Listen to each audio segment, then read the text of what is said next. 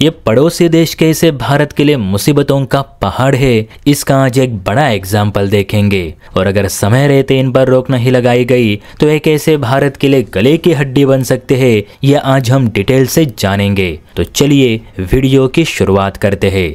देखिए, आपको ये तस्वीर याद होगी। वैसे ये तस्वीर है तो चाइनीज नेवी के अफसरों की, लेकिन इसे पोस्ट की है बांग्लादेश की नेवी ने। अब इसके पीछे का कारण ये है कि चीनी नौसेना के जंगी जहाज बांग्लादेश के चटगांव बंदरगाह तक आ पहुंचे। अब ये जहाज किस मकसद से बांग्लादेश आए थे ये उस वक्त तो नहीं पता था, लेकिन अब कुछ ऐसा हुआ कि इंडियन नेवी को इन चाइनीज जंगी जहाजों को खदेड़कर बाहर भगाना पड़ा। तो खबर कुछ ऐसे देखने को मिल रही है कि जो ये 3-4 चीनी जंगी जहाज बांग्लादेश आए थे, ये बांग्लादेशी नेवी के साथ मीटअप करने के बजाय बंगाल की खाड़ी में गश्त लगाने लगे, जो कि एकदम सरप्राइजिंग चीज थी, क्योंकि बंगाल की खाड़ी में ही भारत के ज्यादातर मिसाइल परीक्षण होते रहते और वहाँ ये चीनी जंगी जहाज ऐसे खुले तौर पर घूम रहे थे।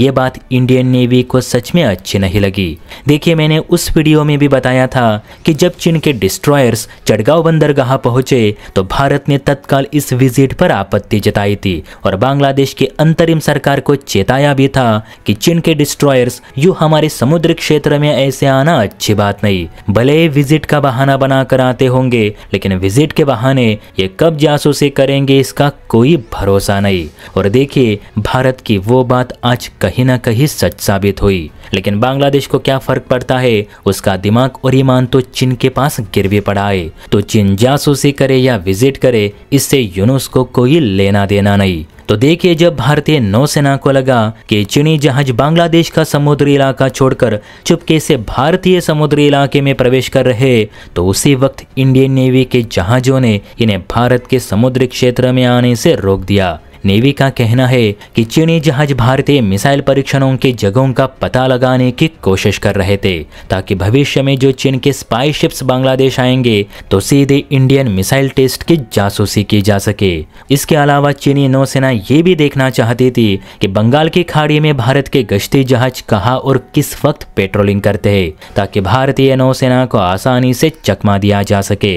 हाल ही में चीन ने जापान के साथ भी ऐसा ही किया था, जब 15 अक्टूबर को चीनी नौसेना सीधे जापान के दियाओ आइलैंड पर पहुंच गई, वो भी बिना जापान को नोटिस दिए। और वहां जाकर चीनी नौसेना जापानी मछुआरों को परेशान करने लगी। बाद में जापान ने तीखा रुख अपनाते हुए चीनी नौसेना को अपने समुद्री इलाके से खदेड़ दी।